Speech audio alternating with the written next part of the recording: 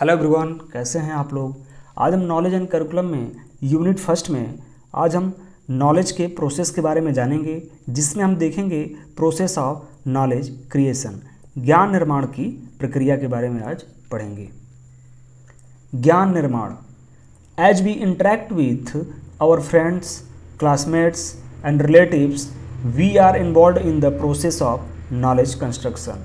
यानी कि जब हम अपने दोस्तों, सहपाठियों और रिश्तेदारों के साथ बातचीत करते हैं, इंटरेक्शन करते हैं, हम ज्ञान निर्माण की प्रक्रिया में शामिल होते हैं। यानी कि जब मैं अपने दोस्तों से, फ्रेंड के साथ या किसी के भी साथ अपने विचारों का आदान प्रदान कर रहा हूँ, वहाँ हमारा नॉलेज क्रिएशन स्टार्ट होता है, वो हमारा नॉलेज क्रिएशन का पार्ट होता है। यह विचारों, दृष्टिकोणों और विश्वासों के समूह के विकास में योगदान देने की क्या है, एक कला है। यानी कि हम नॉलेज क्रिएशन के द्वारा अपने विचारों को, अपने थॉट को, अपने थिंकिंग को, अपने आइडिया को या अपने दृष्टिकोण यानी कि किसी के प्रति नज़रिया या विश्वास के समूह के विकास कर सकते हैं, उसमें योगदान दे सकते हैं। किसके द्वारा? नॉलेज क्रिएशन के द्वारा। ज्ञान निर्माण एक ऐसी प्रक्रिया है जिसके द्वारा किसी व्यक्ति समूह के लिए नया ज्ञान एक क्या है, सृजनात्मक प्रक्रिया के आधार पर निर्मित किया जाता है। यानी कि जब हम कोई भी नए ज्ञान का निर्माण करते हैं, उसमें हमारा क्रिएटिव प्रोसेस, क्रिएटिव थिंकिंग, हमारा सृजनात्मक प्रक्रिया के माध्यम से उस ज्ञान का निर्माण किया जाता है, जो हमारे किसी समूह या किसी व्यक्ति के लिए उपयोगी होता है। ज्ञान निर्माण। Knowledge construction is a dielectric process.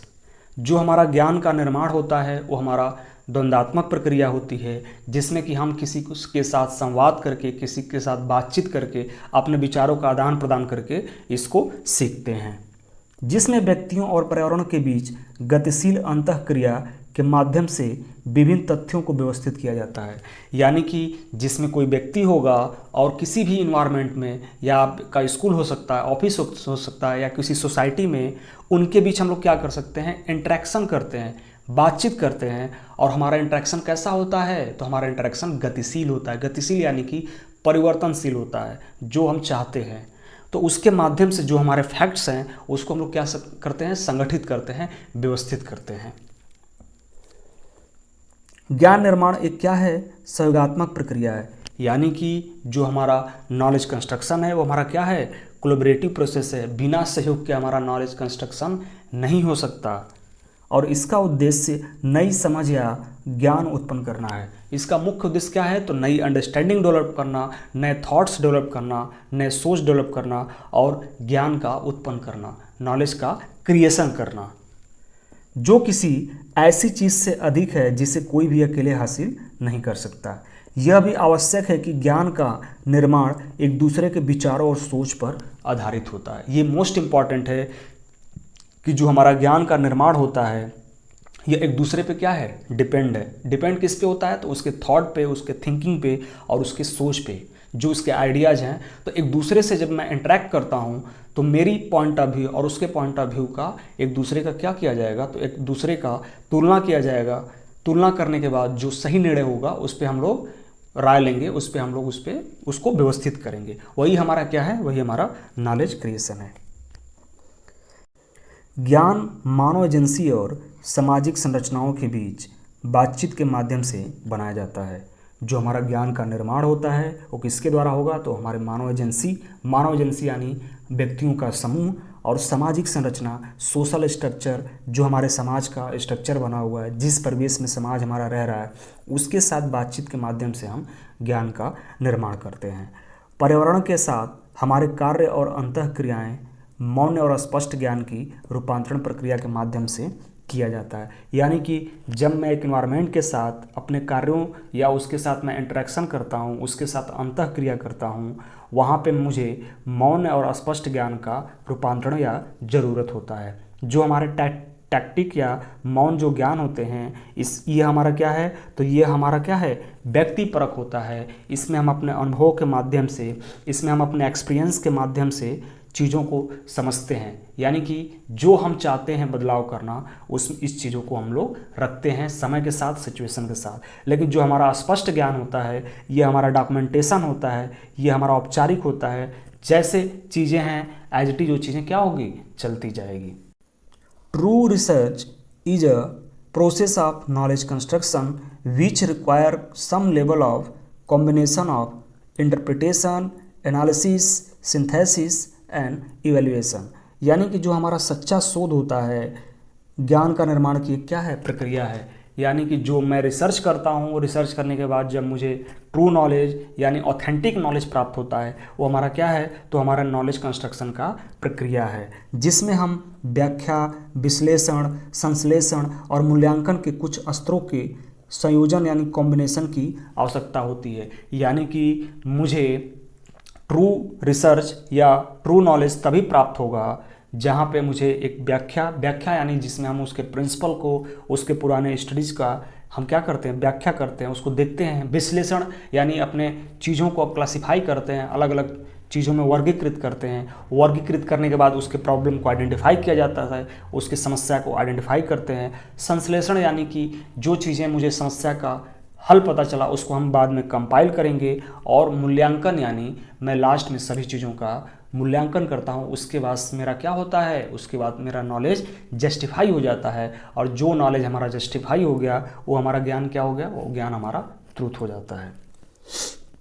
छात्र ज्ञान का निर्माण तब करते हैं जब वे अपने लिए नए विचारों और समझ को उत्पन्न करके ज्ञान के पुनरुत्थान से आगे बढ़ने के लिए आलोचनात्मक सोच और व्यवहारिक सोच का उपयोग करते हैं। यहाँ पे इन्होंने कहा कि जो बच्चे अपने आलोचनात्मक सोच यानी कि क्रिटिकल थिंकिंग, क्या सही है क्या गलत है उसका निर्णय लेना, वो हमारा क्या है, आलोचनात्मक सोच हुआ।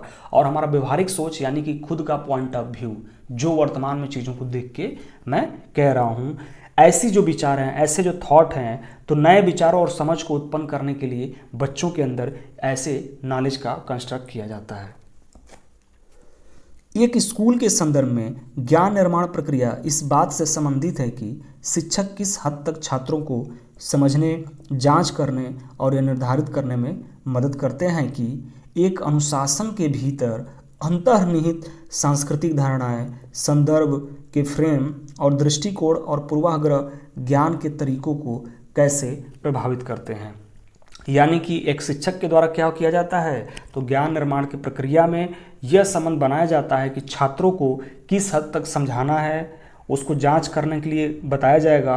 और एक डिसिप्लिन किसके लिए, तो डिसिप्लिन हमारा किसके लिए होगा, तो कल्चरल अजम्पशंस, जो हमारे सांस्कृतिक जो मान्यताएं हैं उसके बारे में बच्चों को देना। उसका भी एक पैरामीटर होता है कि कौन से क्लास के लिए आपको कितना चीज़ों को बच्चों को बताना है। फ्रेम ऑफ रेफरेंसेज, वो कौन कौन से संदर्भ हैं जो हमारे ज्ञान को सीखने के लिए कार्य करते हैं। And perspective and biasness with in the discipline influence the way in knowledge construction, वो कौन कौन से पूर्वाग्रह ज्ञान है, पूर्वाग्रह ज्ञान या बायसनेस हैं जो हमारे ऑर्थोडॉक्स थ्योरी में आते हैं, उस तरीकों को जो है हम इसमें लेके कार्य करते हैं। यानी कि इसमें ओवरऑल इसमें टीचर का ये मुख्य काम होता है कि वर्तमान की परिस्थिति के अनुसार और आने वाली परिस्थिति के अनुसार इसमें चीज़ों को सामंजस्य कर बच्चों को एक स्पष्ट और संगठित ज्ञान प्रस्तुत करना, जिससे कि बच्चे का थिंकिंग एबिलिटी में चीज़ों को डिफरेंसेज और उसके बारे में समझ या अंडरस्टैंडिंग को समझ सके। ज्ञान निर्माण एक ऐसी प्रक्रिया है जिसके द्वारा छात्र विचार और समझ उत्पन्न करते हैं। ज्ञान निर्माण के प्रोसेस के द्वारा छात्रों में क्या होता है, थिंकिंग और समझ उत्पन्न होता है। यानी कि जब हमारा नॉलेज क्रिएशन होगा, बच्चों के थॉट में, उसके सोच में और उसके अंडरस्टैंडिंग में बदलाव होगा। कक्षा निर्देश का ध्यान छात्रों को इस प्रक्रिया को सीखने और अनुभव करने में मदद करने पर होना चाहिए, क्योंकि अंतः विषयक गतिविधियाँ ज्ञान निर्माण के लिए अधिक गुंजाइश प्रदान करती हैं। यानी कि यहाँ पे ये बोला गया है आपका कि process as interdisciplinary activity provide greater scope for knowledge construction. यहाँ पे जो हमारे अंतः विषयक गतिविधियाँ, यानी कि जो हमारे क्लासरूम में एक कक्षा विधि में चीज़ें एक्टिविटी कराई जाती है, वो हमारे ज्ञान निर्माण की क्या होती है, अधिक गुंजाइश यानी कि अधिक प्रभावशाली होता है। यानी मुझे क्लासरूम में वैसी एक्टिविटी, ऐसा इन्वायरमेंट देना है जिससे कि बच्चों के ज्ञान का निर्माण बेहतर हो सके। यहाँ पे टीचर का सबसे मोस्ट इम्पॉर्टेंट ये होगा कि टीचर अपने एक्सपीरियंस के द्वारा, अपने एबिलिटी के द्वारा, अपनी स्किल के द्वारा बच्चों को रियल लाइफ सिचुएशन में चीज़ों को दे। ज्ञान निर्माण की 3 प्रक्रिया हैं, 3 प्रोसेस हैं, जिसमें हमारा पहला है एक्टिवेशन ऑफ एग्जिस्टिंग नॉलेज, यानी कि जो हमारा ज्ञान वर्तमान में एग्जिस्ट करता है उसका क्या करना है, तो क्रियान्वयन करना है, उस नॉलेज का इम्प्लीमेंटेशन करना होगा आपको। ज्ञान को सक्रिय करने का तात्पर्य इसे सभी हितधारकों यानी कि जो कोई ग्रुप हो सकता है, कोई ऑर्गेनाइजेशन हो सकता है, इसमें कोई कंपनी हो सकती है, के लिए स्पष्ट और सुलभ बनाना है। इसमें सक्रिय ज्ञान के उपयोगकर्ता और डेवलपर दोनों लाभान्वित होंगे। यानी कि जो हमारा मौजूदा ज्ञान है, जो वर्तमान के परिशिष्ट का जो ज्ञान है, उसे क्या करना, उसका इम्प्लीमेंटेशन करना। हितधारकों के बीच संचार, यानी कि जो हमारे कोई ग्रुप्स हो, कोई ऑर्गेनाइजेशन हो, कोई कंपनी हो, उनके बीच हमारा क्या करना है, कम्युनिकेशन करना है। इसमें लोगों के बीच बातचीत के माध्यम से साझा समझ पैदा करना शामिल होता है। यानी कि जब एक दूसरे से लोग आपस में बातचीत करते हैं तो वहाँ पे हमारा क्या है, वहाँ पे हमारी अंडरस्टैंडिंग डेवलप होती है, वहाँ पे हमारा एक समझ विकसित होता है।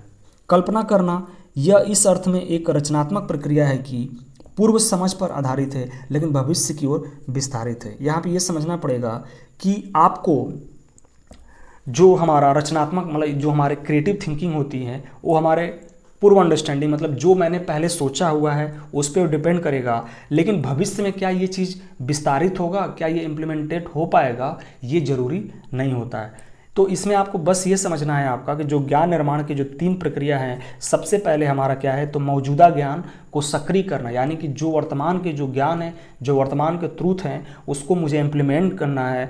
और इम्प्लीमेंट करने के बाद जो लोग हैं उनके बीच हमारा क्या करना है, साझा करना है उसके बारे में, जिससे कि मैं अपने अंडरस्टैंडिंग डेवलप कर सकूं।